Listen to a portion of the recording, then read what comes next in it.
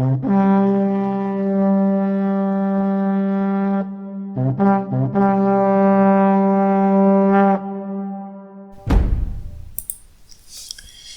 a todos. Bienvenidos a una nueva entrega de los episodios hablados de Bellum-Arty, el blog de historia militar que, como sabéis, se encuentra alojado en bellumarty.blogspot.com, así como en iVoox, Facebook y otras plataformas. Soy Joaquín Peñablanco y hoy nos toca hablar no del primero, pero sí tal vez del proyecto de carro de combate de factura netamente española, que estuvo más cerca de materializarse en una serie de producción que mereciera tal nombre. Y para ello es necesario que siquiera someramente nos acerquemos al origen del arma blindada en el ejército español y a la situación del parque de vehículos al comienzo de la Guerra Civil. Desde su aparición en los campos de Flandes, allá por la Primera Guerra Mundial, el carro de combate comenzó un lento pero inexorable ascenso hasta convertirse en el rey del campo de batalla. No queriendo perder el signo de los tiempos, el gobierno español decidió dotar al ejército de carros de combate, por lo que contactó con el gobierno francés como país que en aquellos momentos lideraba la construcción y diseño de los más novedosos medios de combate.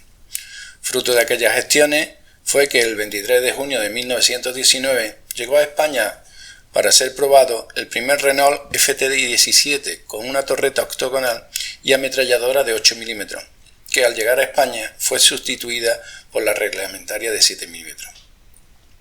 Al resultar satisfactorias las pruebas, se decidió adquirir 8 en Renault 17, armados con ametralladora y 2 con cañón Putox de 37 mm, pero la operación fue cancelada en último momento por el gobierno francés.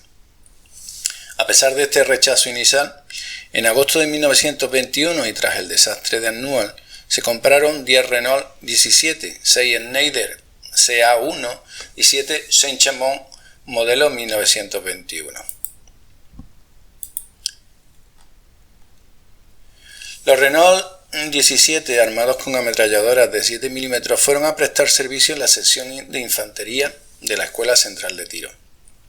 Algunas semanas más tarde se adquirió otro Renault 17 de las mismas características que los anteriores y un Renault 17 de transmisiones, como tanque de mando para formar una compañía que estaría a su vez formada por 2 secciones de 5 tanques cada una, y que tendrían como destino Marruecos, salvo uno, el de los tanques, el número 5, que quedó en la escuela para práctica.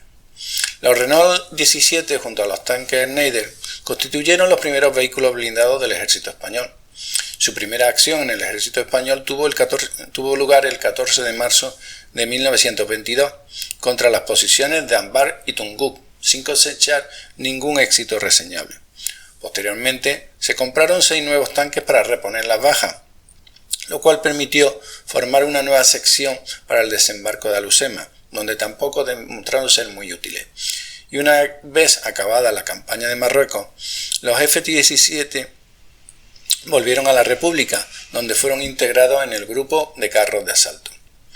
Antes del estallido de la Guerra Civil Española, los Renault 17 participaron en las acciones de Cuatro Vientos en 1930 y en Oviedo durante la Revolución de Asturias de 1934. 5 de los Renault F-17 quedaron en el bando republicano cuando estalló la Guerra Civil. 2 de estos tomaron parte en los ataques al cuartel de la montaña y de campamento, y además apoyaron a las milicias enviadas al puerto del Alto del León hasta que fueron relevados el 27 de julio. Intervinieron también en la defensa de Mérida, Don Benito y en el contraataque contra Mérida. El 5 de septiembre se perdieron 2 de los Renault 17 en Talavera de la Reina, Toledo, y los 3 que quedaron fueron utilizados contra Maqueda los días 22 y 24 de septiembre. De vuelta a Madrid, participaron activamente en la defensa de la villa, en los combates desarrollados principalmente en la Casa de Campo, donde los 3 supervivientes resultaron destruidos durante el invierno de 1936. En el frente norte, el 9 de agosto de 1936, llegaron a Bilbao 3 Renault FT-17, armados con cañones Putox procedentes de Francia, y los que se añadieron 3 más desembarcados por el buque Cristóbal Colón en Santander armados en este caso con ametralladoras.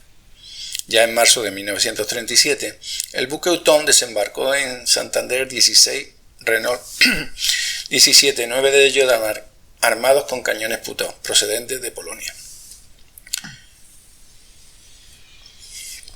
Estos tanques fueron usados sobre todo en la batalla de Santander. Cabe destacar como curiosidad que en el Museo de Medios Acorazados del Goloso se ha puesto de nuevo en funcionamiento un Renault 17 con cañón Putov de 37 mm después de una cuidadosa restauración. De los Schneider SA-1, 4 fueron destacados en el Regimiento Ligero de Carros de Combate número 1 y depositados en la Escuela Central de Tiro en Campamento. Era el Schneider SA-1, un carro de casi 14 toneladas de peso y 6,5 metros de longitud, con un blindaje que variaba entre los 5 a 11 milímetros, y tenía como armamento principal un cañón Blue Hawk Schneider de 75,5 milímetros, modelo de 1916, y dos ametralladoras Hopkins, modelo de 1914, de 8 milímetros. Dotado de un motor Schneider de 4 cilindros, gasolina de 9.700 centímetros cúbicos y 60 caballos de potencia, una caja de cambio de 3 velocidades, adelante con inversor embrague cónico y con 220 litros de combustible en su depósito, le permitía apenas una autonomía de 80 km a una velocidad máxima de 8 km/h. La actuación de los Schneider en la campaña de Marruecos fue pobre y desafortunada, quedando los carros detenidos en el terreno, separados de la infantería y siendo atacados por los moros, que pronto aprendieron a situarse en desenfilada y atacarles desde los ángulos muertos, perdiéndose 2 carros por incendio de los mismos. Posteriormente fueron usados con más éxito en el desembarco de Alucema, el 8 de septiembre de 1926, en el primer desembarco de carros de combate de la historia, utilizándose para el desembarco lanchas tipo K. A instancia de las tripulaciones se practicaron 2 arpilleras adicionales, una en la parte delantera y otra en la parte trasera de los carros para poder disparar unas ametralladoras suplementarias. Los Schneider también participaron en los primeros momentos de la Guerra Civil. En el bando republicano, uno participó en el asalto al cuartel de la montaña, 2 se enviaron para participar en el asedio del Alcázar de Toledo, donde uno resultó destruido, y el otro regresó a Madrid, perdiéndose en la defensa de esta plaza. En el lado nacional, los 2 que formaban parte del Regimiento Ligero de Carros de Combate número 2, Sito, en Zaragoza, también participaron en los primeros momentos de la contienda, desconociéndose su destino. Caso aparte, merecedor de una mención especial, aunque sea solo por su irrelevancia, fue el de los Saint-Chamond, modelo de 1921. La compañía fabricante de este vehículo, durante los años 20, realizó pruebas con blindados ligeros de exploración, de tracción híbrida, ruedas cadena, dando lugar a la Cheyenne modelo 1921, de la que se construyó una preserie de 12 ejemplares. Pero el ejército francés no mostró ningún interés por ella, ya que el Renault 17 cubría sus necesidades, mejorando los resultados del nuevo vehículo, por lo que se abandonó la construcción de este en serie. De los carros construidos, 2 fueron exportados a Polonia, uno a Finlandia, otro a Japón y otro a la Unión Soviética, siendo España el mayor comprador con 7 ejemplares. Una adquisición que fue hecha sin los preceptivos estudios por el ejército, pesando razones de tipo político. El 5 de agosto de 1923 se recibieron en Melilla, en la maestranza de artillería, los 7 carros, y se estudia la idea de crear con ello una tercera sección de la compañía de carros de asalto de infantería junto a los Renault 17. El día 15 de septiembre de 1923 se incorporan a la compañía para su evaluación por el jefe de la unidad, don José Alfaro, al que se le solicitó un informe de su actuación. Como primera medida, se preparó el traslado al campamento de la compañía situado en Dardrius, a 75 kilómetros de Melilla, salida en la que irían por sus propios medios en 2 jornadas, con todo su equipo y armamento. La avería del carro 23 obligó a su vuelta a la maestranza remolcado por un tractor. El recorrido fue complementado por el resto de los vehículos con daños serios en sus débiles mecánicas, de modo que días después solo quedaban operativos 2 de los 6 blindados. El informe del capitán don José Alfaro a la Comandancia General fue totalmente negativo, desaconsejando su entrada en servicio y declarándose improcedente su empleo militar en África, entre otros motivos debido a su nula disponibilidad por las continuas averías, lo que llevó al abandono del proyecto de crear la tercera compañía de carros con estos blindados. En 1924 son enviados a la península, al polígono de experiencias de Carabanchel, siendo usados como tractores de arrastre dentro del cuartel, llegando a sobrevivir de esta manera algunas de las unidades hasta los principios de la Guerra Civil. Habiendo caído el polígono en manos del bando nacional, no se tiene noticia de que se usaran de ninguna manera en las operaciones posteriores. Esto en cuanto a las primeras compras de carros de combate. Sin embargo, la experiencia sobre el uso de carros de combate en campaña llegó a tratar de poner en marcha el primer programa español propio de fabricación de unidades acorazadas, un carro de combate ligero, el Trubia A4. El programa del Trubia, basado en el Renault 17, llevó al desarrollo de 4 prototipos, aunque finalmente el programa fracasó debido a la falta de interés del gobierno español. Estos prototipos influyeron en los siguientes diseños españoles de producir un tanque, llamado Trubia Naval. El programa fue encabezado por el capitán de artillería Carlos Ruiz de Toledo, que había comandado anteriormente la batería de tanques de asalto Schneider SA-1, el comandante Víctor Landesa Domene, que era un oficial de artillería adjunto a la fábrica de armas de Trubia, y el ingeniero jefe de la fábrica de armas de Trubia, don Rogelio Arece. El primer prototipo comenzó su desarrollo en 1925. Producido por la fábrica de armas de Trubia en Asturias, el tanque estaba impulsado por un motor de 4 cilindros refrigerado y de marca hispano-suiza, con una potencia efectiva de 53 caballos a 1300 revoluciones. Hay que señalar que este era el mismo motor de los camiones pesados hispano-suiza tipo 40-50 que el ejército español venía utilizando desde 1915. Dada la opción del ejército español de que el Renault 17 estaba limitado en potencia de fuego, el Trubia incorporaba una torreta especial. Estaba diseñada en 2 mitades articuladas, las cuales podían operar independientemente, cada una armada con una ametralladora, por lo que teóricamente si una ametralladora se encasquillaba, el carro aún disponía de otra para poder defenderse. Además, el casco del vehículo incorporaba troneras que permitían a la tripulación disparar por ellas desde el interior del tanque. Este prototipo fue sometido a una serie de pruebas y su éxito provocó la decisión de continuar con el desarrollo de un tanque de factura netamente española que conduce a un mejor diseño del tanque Trubia, conocido como el carro ligero Trubia de 75 caballos de fuerza, tiro rápido serie A. Mientras viajaba por Europa buscando integrar las tendencias de diseño extranjera en el nuevo Trubia, el capitán Ruiz de Toledo encontró en Alemania un nuevo sistema de tracción. Diseñado para evitar que la oruga se descarrilara del vehículo, el nuevo diseño sustituía el tren de rodaje tradicional por un sistema que se mantenía unido gracias a una pared metálica lateral, con el sistema de rodamiento suspendido en el chasis. Además de este nuevo sistema de tracción, el Trubia iba a desarrollar una mayor velocidad, de al menos 30 km por hora, y alcance que el Renault 17. Para refrigerar el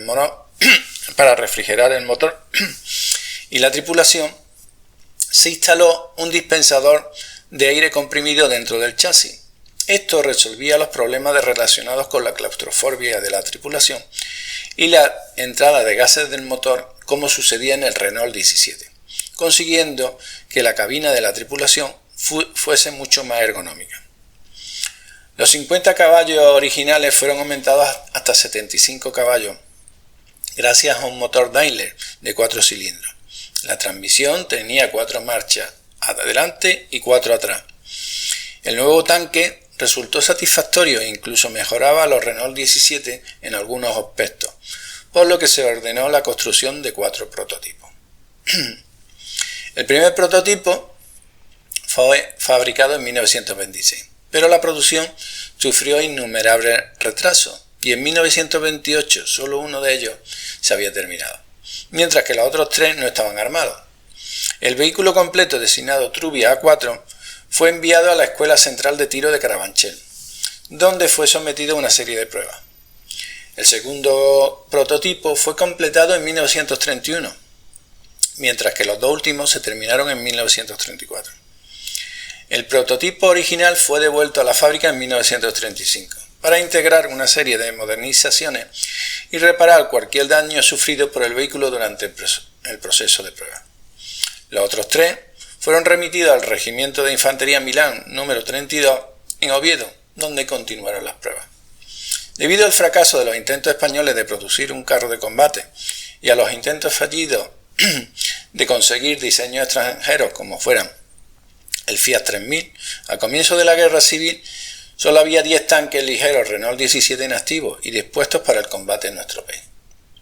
Tras el comienzo de la Guerra Civil Española en 1936, los 3 prototipos Trubia A4 del Regimiento de Infantería Milán quedaron automáticamente en manos de las fuerzas sublevadas, mientras que el 4º prototipo, ubicado en la fábrica de Trubia, fue tomado por los trabajadores de la misma y rápidamente reparado para poder ser puesto a servicio del ejército republicano.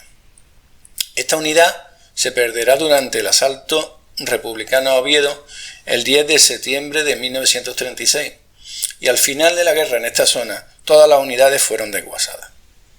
En el año 1936, en España el carro de combate estándar en el ejército, en muy pequeño número, era el ya muy veterano Renault 17.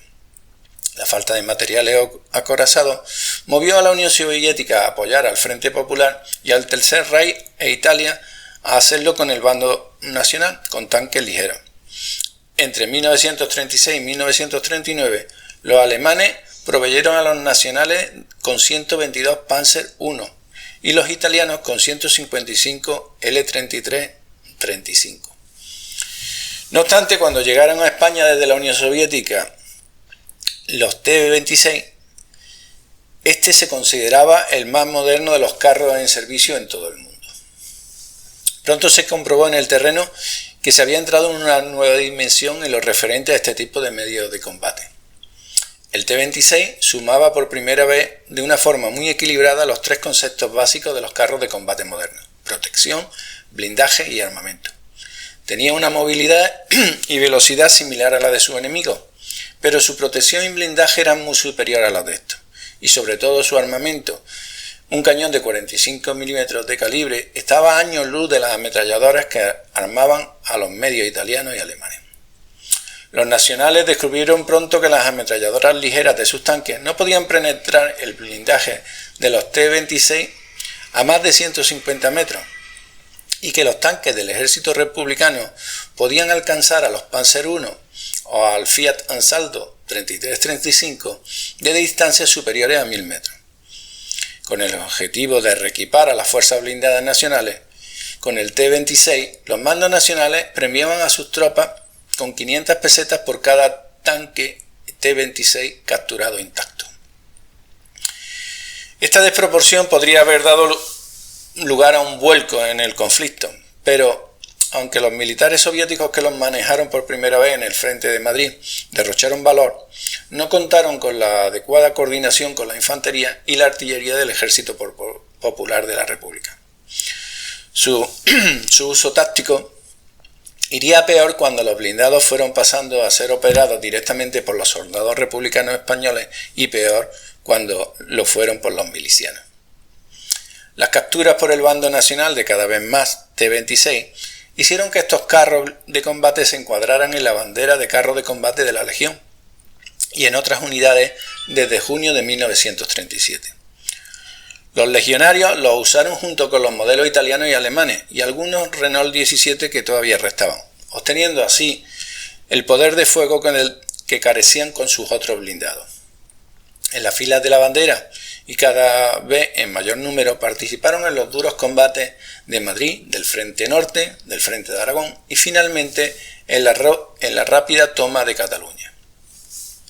El T-26B fue el carro de combate más utilizado en el conflicto, ya que la Unión Soviética llegó a enviar 208 281 de los 347 adquiridos. De esta cifra, en el curso de la guerra fueron capturados y puestos en uso o con posibilidad de reparación por parte del Servicio de Recuperación de los Nacionales un total de 123 tanques rusos, aunque algunos podrían ser de otros modelos enviados a España por los soviéticos, como fue el BT-5. Desde mediados de 1937, en la durísima batalla de Brunete, Belchite, el Ebro, etc., ambos bandos operaron con este medio. Tras la derrota del Ejército Popular de la Primera República el 1 de abril de 1939, el ejército español surgido de la contienda incorporó 178 T-26B, que estuvieron en servicio hasta los años 50. Actualmente se conservan varios de estos blindados en varios acuartelamientos del Ejército de Tierra, aunque los mejor conservados, incluso uno en movimiento, se encuentra en el Museo de Medios Acorazados, sito en la base del Goloso en Madrid.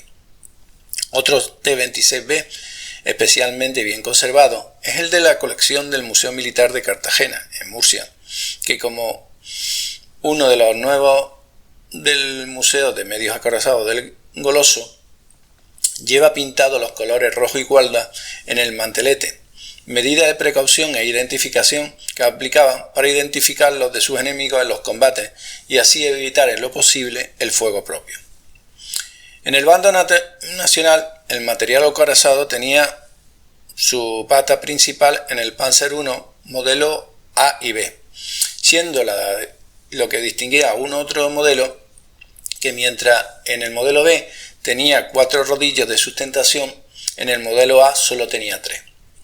Dichos carros contaban con una tripulación de 2 miembros, el comandante tirador y el conductor, y contaban con una coraza que no superaba los 13 milímetros, estando armados con 2 ametralladoras MG-13 de 7,92 milímetros, siendo su planta motriz un motor de gasolina de 40 caballos, lo que le permitía alcanzar una velocidad máxima de 25 km/h. En el bando nacional hubo también intentos de armar el Panzer I con un cañón antiaéreo Breda de 20 milímetros de origen italiano y modelo de 1935, que proporcionaba una mayor velocidad de tiro, un mayor calibre del disparo y un leve retroceso que no dañaba al vehículo. A pesar de que se llegaron a fabricar o convertir con éxito hasta 4 vehículos, llamados Panzer I Breda, no existió ningún programa general para sustituir dicho cañón en el Panzer I. La otra pata del arma acorazada del Banco Nacional fue el carro italiano Fiat Ansaldo 3335, que llegó a España de la mano del Corpo Truppe Voluntarie, única tropa regular en el contingente que alcanzó hasta los 70.000 efectivos que llegó a España. La ametralladora que lo armaba era una Fiat Rebelli modelo 1944 de aviación, en calibre 6,5 por 52 milímetros, un modelo derivado del modelo del ejército y que estaba refrigerada por agua. El trípode de esta ametralladora iba estibado en la parte trasera del vehículo para, en caso de necesidad, desmontar la máquina y usarla de manera convencional, fuera del mismo. Pero lo malo de este modelo era su sistema de alimentación, basado en los peinos de 5 cartuchos como cualquier otro fusil. El resultado era una caja de almacenaje de la munición con compartimentos de 50 o 100 cartuchos.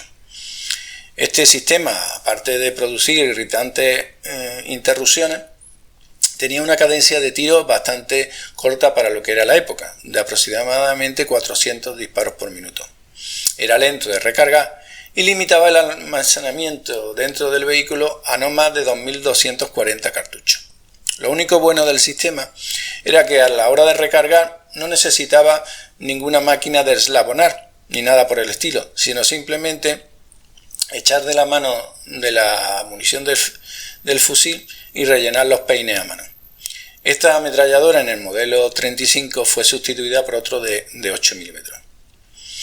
Un inconveniente a añadir a los mencionados estaba en el emplazamiento del arma. que en vez de en una torre estaba en una casamata fija. Esto solo aportaba como ventaja que el perfil o altura del carro apenas superaba los 120 centímetros, pero limitaba el ángulo de tiro horizontal del mismo a solo 12 grados en cada sentido, por lo que para batir zonas más amplias a corta distancia había que girar completamente el vehículo. Otro inconveniente era el uso táctico que los italianos habían planificado para estos vehículos y que no era precisamente el más acertado. Mientras que en otros países tenían claro que un carro de acompañamiento de infantería tenía que disponer de un armamento potente para anular la artillería anticarro, pequeñas fortificaciones o nidos de resistencia y además tener un blindaje adecuado para protegerse tanto de armas antitanque como de armas ligeras, los italianos consideraban que la misión del carro era proteger y acompañar a la infantería durante el asalto, dando por hecho que la preparación artillera previa al asalto de la infantería habría logrado anular los nichos de ametralladoras y las armas anticarro enemigas. Obviamente esto fue un error, como pudieron comprobar las tripulaciones italianas tras su primer encuentro con los T-26 soviéticos. Y ello porque no eran rival para otro vehículo o carro de combate dotado de un cañón de 45 milímetros que podía alcanzarlo a una distancia en torno a los 1500 metros. Por ello, estas pequeñas latas de sardinas, como pronto fueron denominadas por los españoles, no eran enemigos para ese carro de combate. Si esta era lo previo y la situación del parque blindado español al principio de la guerra civil y sus primeros momentos, ahora vamos a entrar en lo que es propiamente el tema de los carros Verdeja. Verdeja fue el nombre de una serie de carros blindados ligeros construidos en España entre 1938 y 1945, en un intento de reemplazar en el ejército español los carros Panzer I modelo A y B y los T-26, lo que supuso el desarrollo de 3 prototipos de carros de combate dotados con cañón de 45 milímetros y uno de artillería autopropulsado dotado con un cañón de 75 milímetros. Diseñado como un carro ligero avanzado en 1938, fue uno de los primeros programas desarrollados que tuvo más en cuenta la protección de la tripulación, incluso más que la protección del propio tanque, con detalles tales como el de situar el motor en la parte central, lo que añadía una protección adicional a la tripulación. Ante la deficiencia del material acorazado que pasaba por sus manos, el 6 de septiembre de 1937 el capitán Félix Verdeja, que comandaba la compañía de talleres del batallón de carros de combate del Ejército Nacional, establecido en la base de Cariñena en Zaragoza, comenzó a desarrollar de manera privada un nuevo tanque ligero. Su posición, con acceso directo al Panzer I y a los T-26 averiados y dañados en combate, proporcionaron a Verdeja una evidencia directa de los defectos de los modelos de tanque en servicio en relación con lo que se buscaba de ellos en combate y en cuanto a labores de mantenimiento. Según su experiencia, el futuro carro debía responder a 4 premisas fundamentales. Armamento.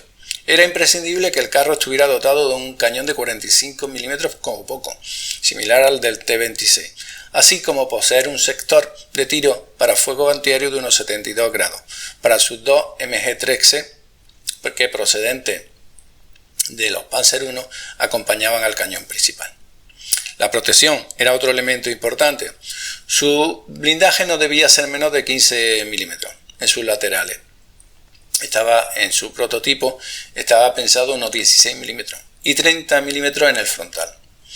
Este blindaje, junto con un bajísimo perfil, puesto que la altura sería inferior a la de una persona, le ofrecían al carro una protección más que aceptable contra fusilería y metralla.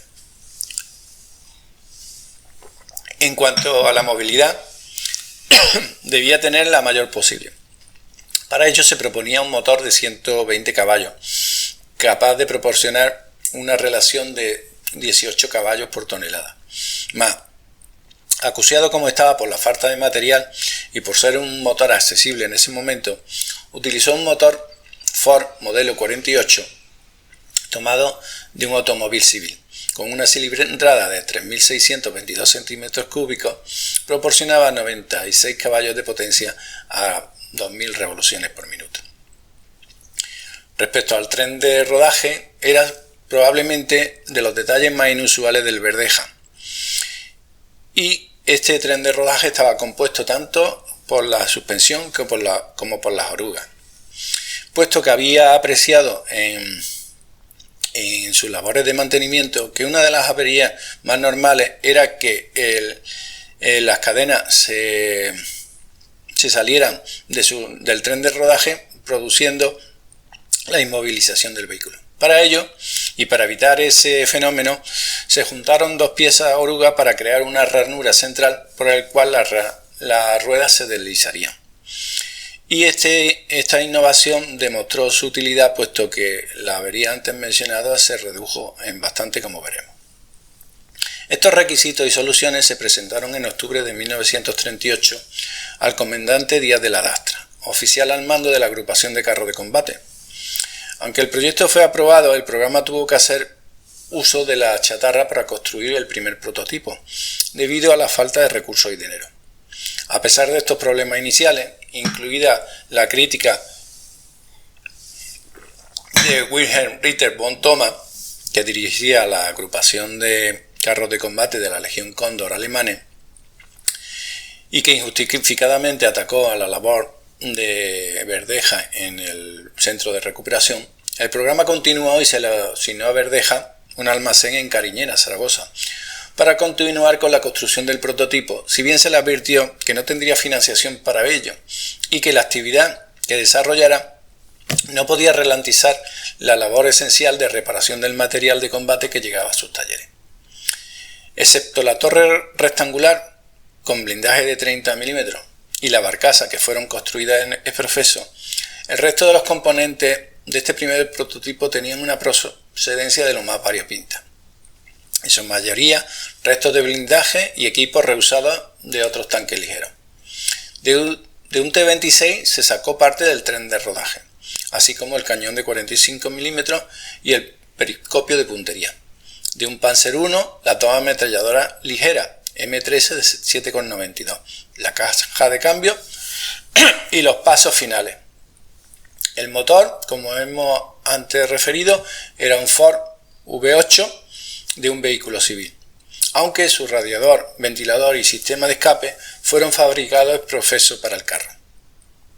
El prototipo usaba una caja de cambio Epson PG31 del Panzer I, aunque ésta trabajaba con excesivas revoluciones para el motor, ofreciendo un menor torque, lo que hacía que el descenso por pendientes mayores a 40 grados fuera dificultoso.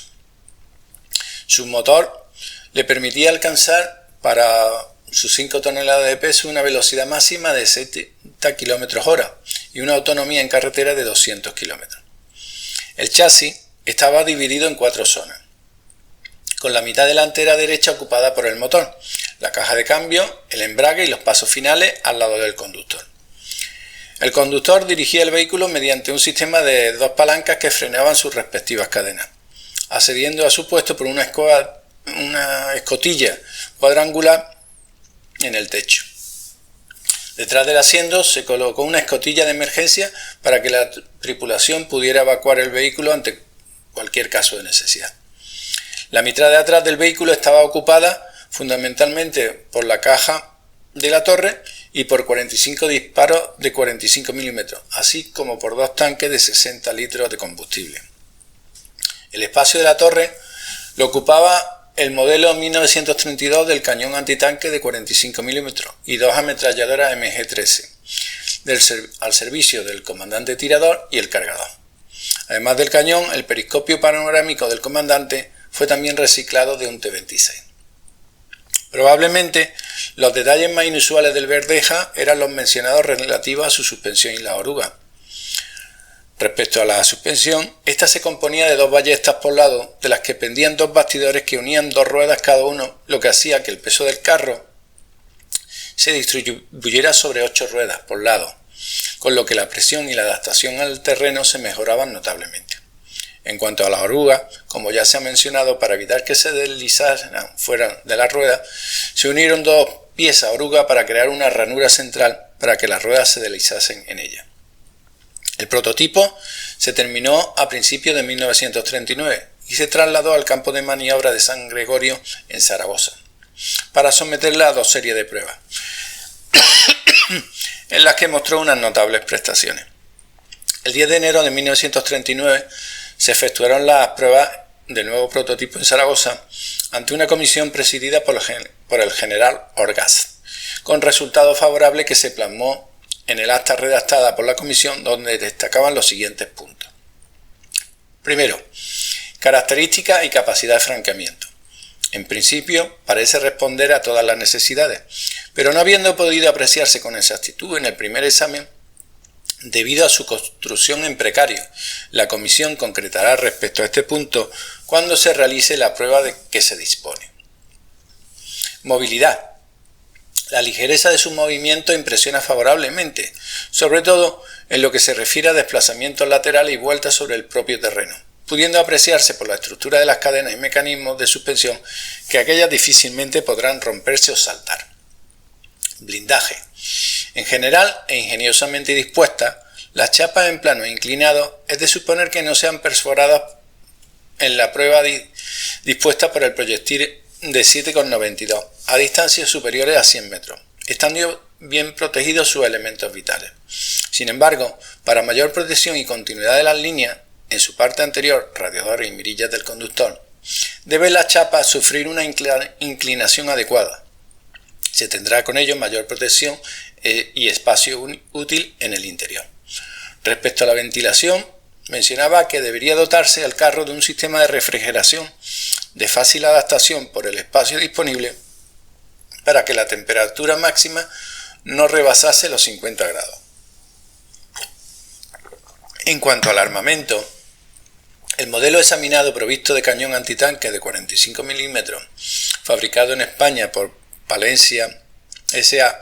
a partir del modelo ruso de 1932 y las 2 ametralladoras de 7,92, llena completamente todas las necesidades en cuanto al armamento del mismo. Municiones.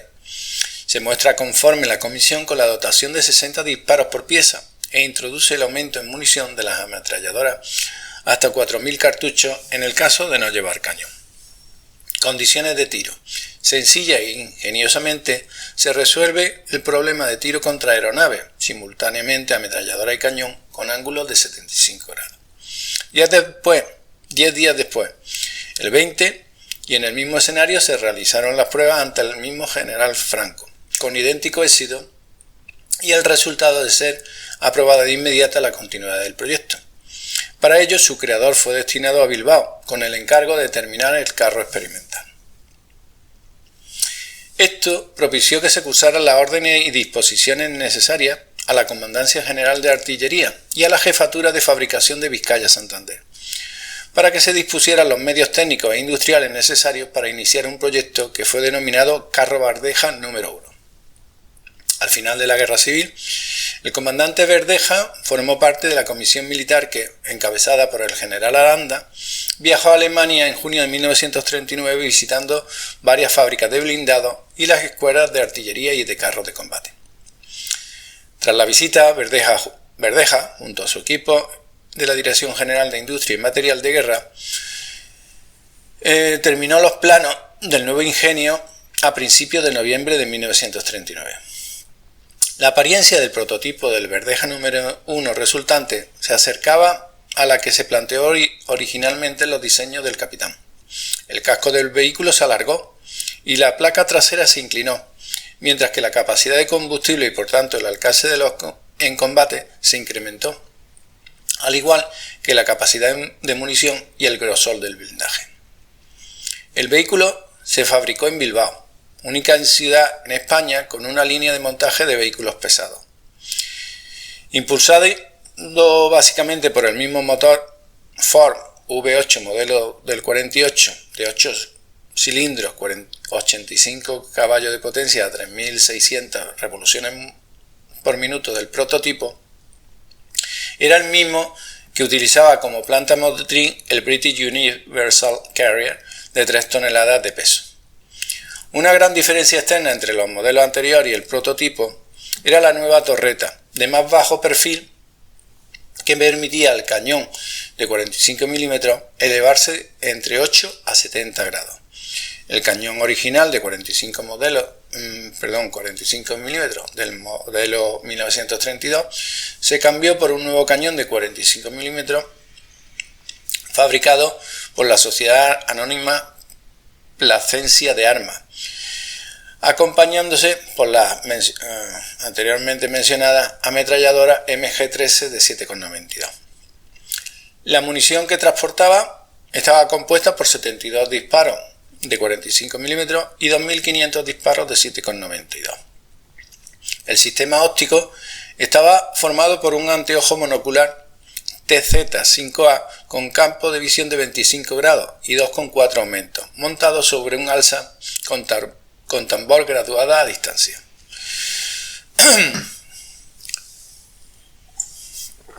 El nuevo prototipo adaptó la suspensión y la oruga del prototipo original. En esencia, las principales ventajas del nuevo prototipo fueron su bajo perfil, la gran elevación del cañón principal y la mayor inclinación del blindaje entre 12 grados a 45. El Verdeja 1 conservó la configuración inicial al colocar el motor en la parte delantera para aumentar la capacidad de supervivencia de la tripulación. Debido al final de la Guerra Civil, que se produjo el 1 de abril de 1939, y a la escasez de fondos, la construcción se pospuso hasta mayo de 1940. El prototipo se completó 3 meses después y se entregó al campo de maniobra y tiro del polígono de experiencia de Carabanchel en Madrid. Las pruebas comenzaron el 20 de agosto, presidiendo la comisión de expertos el coronel de infantería Manuel Tuero Castro, jefe del regimiento de carros número 1. En esta se compararon las capacidades del Verdeja enfrentándolo a un T-26B. Los resultados fueron plenamente satisfactorios y las prestaciones del Verdeja superaron las del T-26 en movilidad sobre distintos tipos de terreno y en potencia de fuego. Los vehículos se calificaron en función de una escala de 5 puntos para cada prueba, que se multiplicarían por un coeficiente de importancia para cada prueba. Durante las pruebas, el Verdeja viajó 500 kilómetros sin problemas de mantenimiento, siendo el único problema el gran consumo de agua por parte del motor de gasolina, debido a la falta de eficiencia del radiador y a la pérdida de un revestimiento de goma en una de las ruedas de carretera. Se constató que la velocidad máxima del Verdeja estaba a la par de los vehículos similares, mientras que el Verdeja demostró ser capaz de atravesar trincheras de hasta casi 2 metros de ancho y subir pendientes de 40 grados. En términos de armamento, se demostró que el vehículo podía resistir el retroceso del cañón de 45 milímetros sin dañar el vehículo. Una de las desventajas del vehículo de prueba era que la puntería del comandante del tanque estaba diseñada para un cañón de 37 milímetros, adaptado al Verdeja por falta de tiempo para fabricar uno para el cañón de 45 milímetros. Las pruebas concluyeron con el Verdeja recibiendo un total de 243 puntos frente a los 200 puntos del T-26. Completadas las pruebas, se devolvió el prototipo y se solucionaron varios problemas, incluidas las deficiencias del motor, la elevación de la rueda dentada y un aumento a 10 milímetros de blindaje en todas aquellas áreas que lo estaban menos. Realizados estos cambios, el Verdeja volvió al campo de prueba en noviembre, sumando en esa ocasión 261,98 puntos. Por tanto, puesto que el proyecto tenía muchos visos de prosperar a propuesta del Ministerio del Ejército y mediante ley del 23 de junio, se creó una compañía anónima de carácter mixto, donde intervenía el Estado y también inversores privados, que se dedicaría a la construcción de carros de combate y tractores. El 11 de agosto de 1941, Verdeja fue designado como integrante de la junta de esta empresa y se aprobó la construcción de 1000 unidades asignando un presupuesto. Lo rubricaba el general Varela aprobado y poner en marcha. Se pensó que la fábrica de Trubia podría fabricar unos 9 carros al mes y que si la fábrica de Reynosa se ampliase, cosa que al final no se hizo, podría llegar a construirse 190 unidades al año, con lo que hubiera necesitado más de 5 años para completar el número estimado de 1000 tanques. La capacidad de producción española era muy modesta. Baste comparar que en 1941 Alemania fabricó solamente del modelo Panzer III unos 2.400 vehículos y el total de carros producidos en Alemania en ese año del total de los modelos existentes fue de 4.000, y eso sin contar la otra variedad de vehículos blindados que se usaban por la Wehrmacht.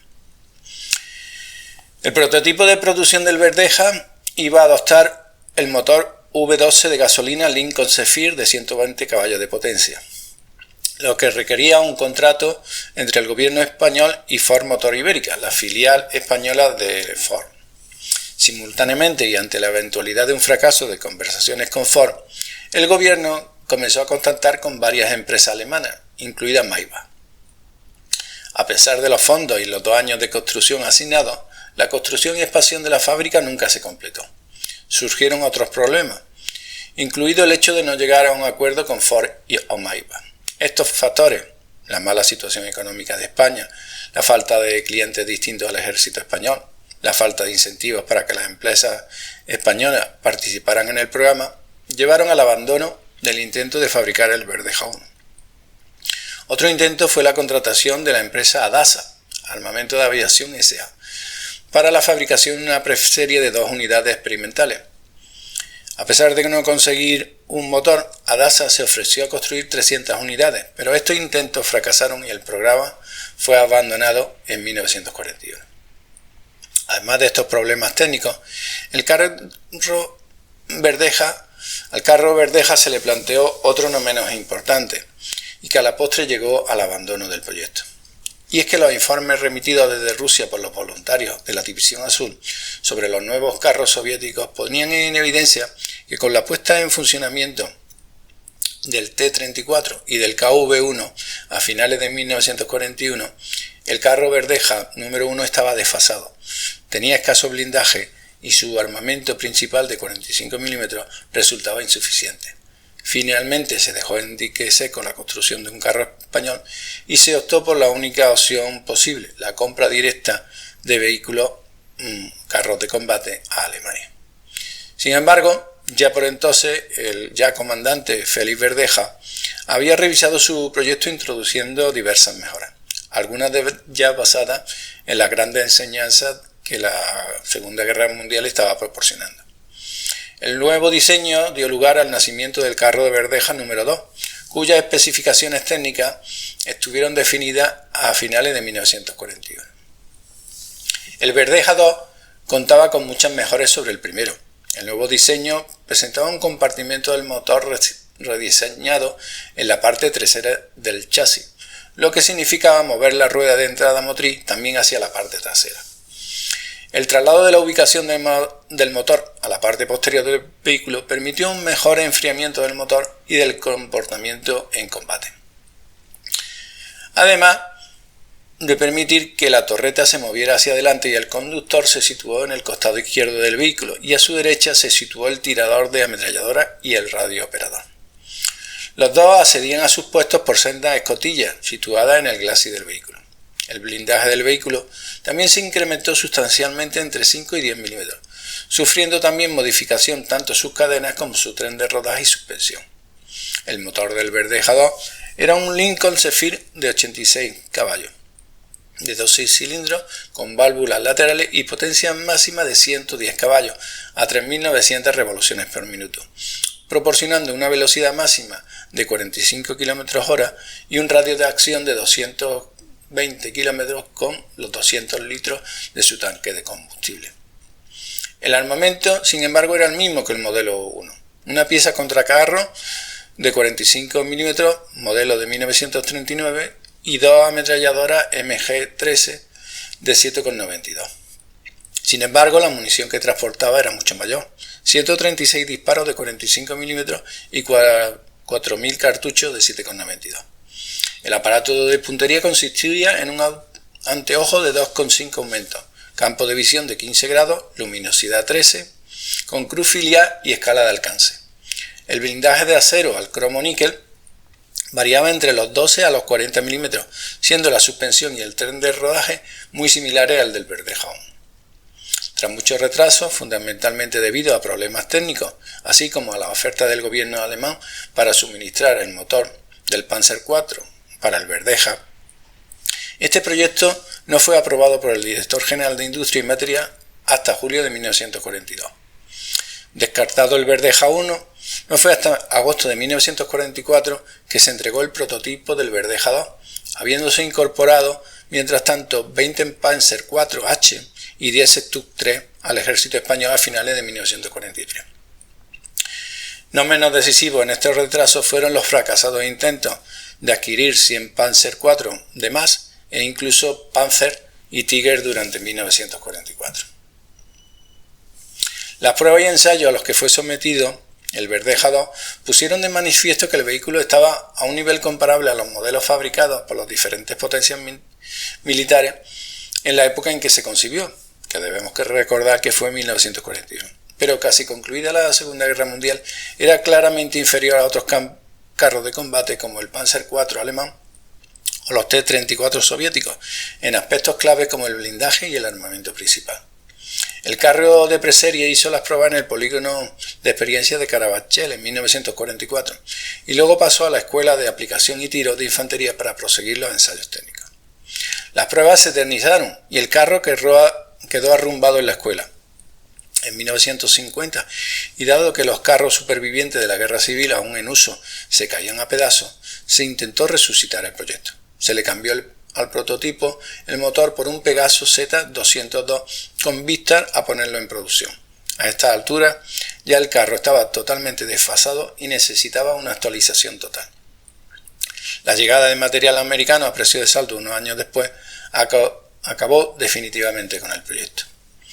El comandante Verdeja había ideado también sobre 1942-1943 una nueva versión mucho más pesada, el Verdeja 3. Los estudios no pasaron a mayores. Al desanimarse su autor ante la tardanza, construyó el prototipo del Verdeja 2. Hay que entender que fueron 25 meses de construcción y más de 3 años después de que fuera proyectado. El Verdeja permaneció en el terreno de la fábrica hasta 1973, cuando fue trasladado a la Academia de Infantería de Toledo, donde se encuentra actualmente. Como colofón a la saga de vehículos Verdeja, debemos tratar sobre el autopropulsado de 75 mm. Y es que, a pesar de no tomar parte activa en la Segunda Guerra Mundial, los mandos militares españoles estuvieron muy atentos a lo que ocurría en los campos de batalla de Europa. El uso de la artillería autopropulsada fue un desarrollo que causó gran impresión, ya que el total de la artillería española en ese momento era remolcada. Y así, en 1944-45, la Dirección General de Industria y Material, dependiente del Ministerio de Ejército, propuso la creación de una familia de piezas de artillería autopropulsada de 75, 88, 105 y 122 milímetros, debiendo destacar que este último calibre era muy propio de la artillería soviética, para superar y compensar la falta de vehículos y piezas artilleras de este tipo. Al parecer, la Dirección General realizó experimentos en un tipo 37, otro malogrado diseño español de carro de combate, equipándolo con un cañón de 45 milímetros. Sin embargo, el calibre era demasiado pequeño y por lo tanto se necesitaba un arma más grande. El proyecto de montar un cañón de 75 milímetros sobre el chasis del CC-1-37 u otro modelo alternativo fue entregado al Félix Verdeja, quien ya había diseñado el Verdeja número 1 y el Verdeja número 2, y fue aprobado por el acta número 189 de 13 de marzo de 1945. Los planos se completaron poco después de que se autorizó el proyecto, presentando Félix Verdeja un anteproyecto el 13 de marzo de ese mismo año. Sin embargo, para acelerar la construcción se construyó un modelo más simple al de los planos, que se terminó unas semanas después sobre el chasis del Verdeja 1, y montando un cañón de 75 mm con unas modificaciones sencillas para encajar la pieza en el carro que le servía de base.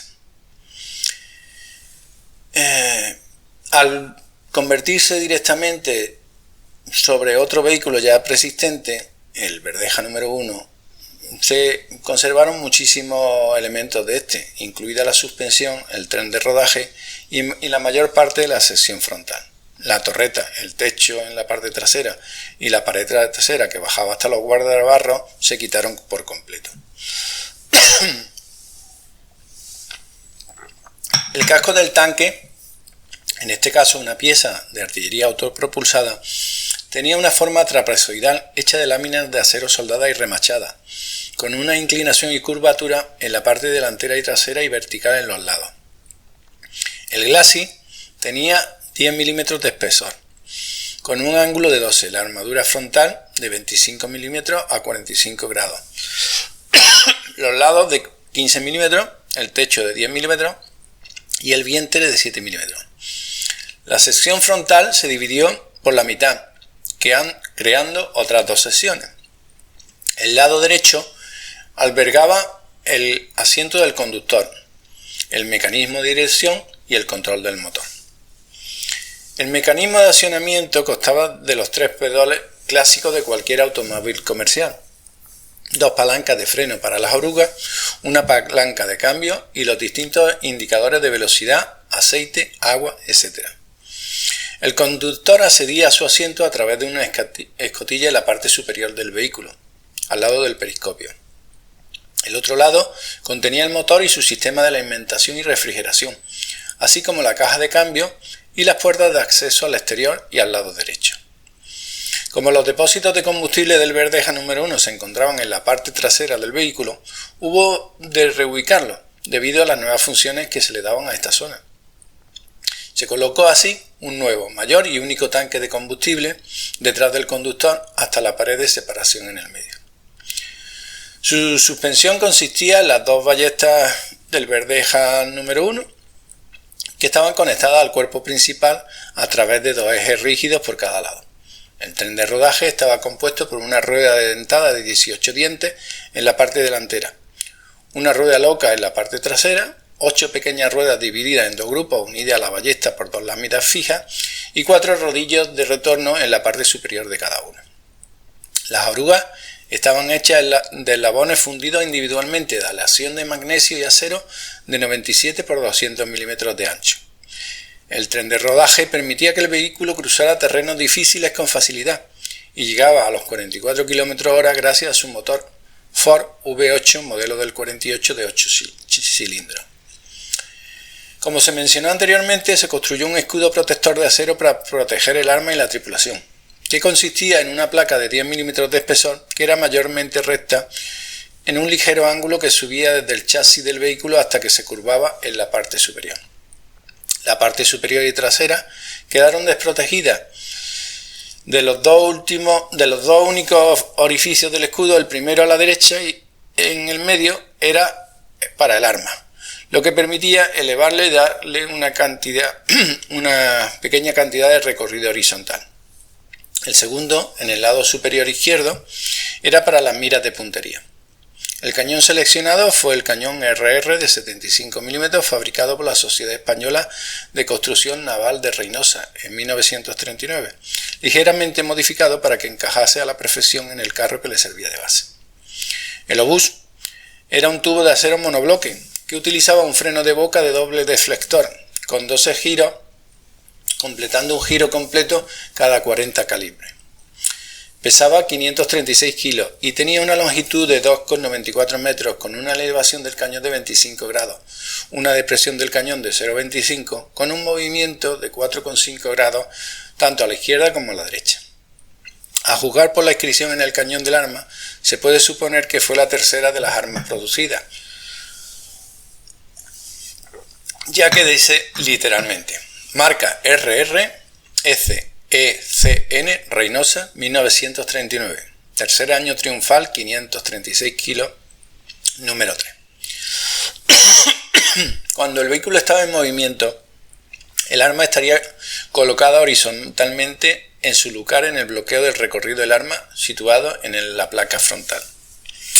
En el interior del compartimento de combate detrás del arma había 2 asientos plegables para el comandante artillero y para el cargador. En cada una de las 2 paredes había 4 proyectiles para el uso rápido en combate, siendo transportados los otros 24 proyectiles en un remolque que se enganchaba a la pieza por un gancho que tenía en la parte trasera.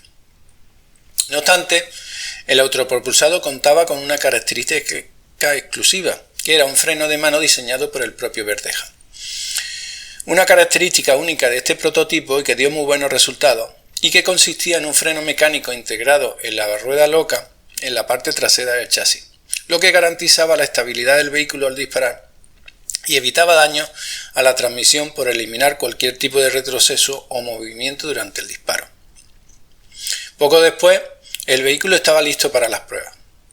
Su relativo éxito durante las mismas podría achacarse al hecho de que España carecía de este tipo de material, además de que las posibilidades de adquirir un modelo mejor eran nulas, debido al embargo a que nos tenían sometidos las potencias vencedoras al final de la Segunda Guerra Mundial.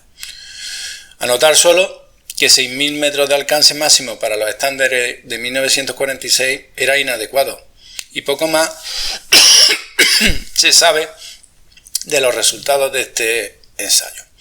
Por ello, nunca se autorizó la producción debido a esa escasa potencia de fuego y escaso alcance.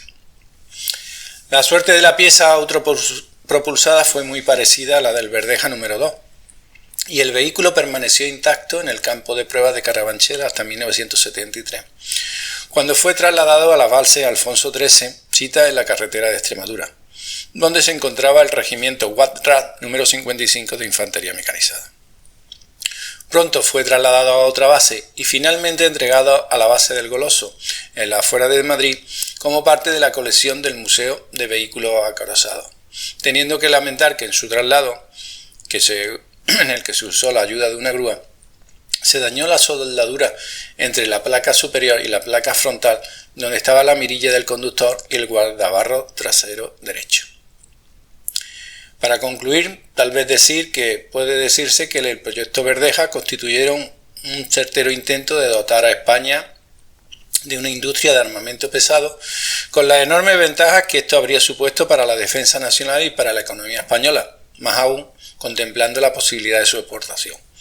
Sin embargo, Félix Verdeja se encontró con 2 escollos que hicieron que sus diseños no llegaran a buen puerto. Por una parte, España, al final de la Guerra Civil, estaba recuperándose de una guerra, de forma que los tejidos industrial y financieros estaban lejos de ser óptimos para este propósito. Y por otro lado, los vertiginosos desarrollos técnicos que se produjeron durante la Guerra Mundial hicieron que en relativamente un corto espacio de tiempo sus proyectos quedaran superados. Así, el fin del programa Verdeja llegó con la llegada de los equipos militares de los Estados Unidos a partir de 1953. A partir de 1954, el ejército español recibió 389 M47 en sustitución de los T-26 Panzer I modelo A y B y Panzer IV entonces en servicio. El Verdeja se había vuelto completamente obsoleto en comparación con los tanques más grandes y potentes, como el Panzer alemán, el T-54 soviético y el M-47 estadounidense. En 1974 los tanques soviéticos, por ejemplo el T-54, montaban un cañón de 100 mm, mientras los tanques estadounidenses como el M-47 habían optado como cañón principal por uno de 90 mm. Y en cuanto a la necesidad de artillería autopropulsada, pronto se eliminó, cuando los Estados Unidos ofreció a España obuses autopropulsados M-37 y M-44. Así, España no intentaría otro tanque autóctono hasta la llegada de la década de 1980, con el proyecto del Lince, que tampoco fructificó. Bueno, pues espero que os haya gustado este breve acercamiento a la historia del carro de combate Verdeja, y si hacéis, pues le deis a like. Hasta pronto y gracias a todos por vuestra atención y al canal de Historia Militar Belungartin, que nos acerca día a día a millares de curiosos, eruditos y amigos de nuestro pasado y de nuestro presente en su faceta militar. Muchas gracias.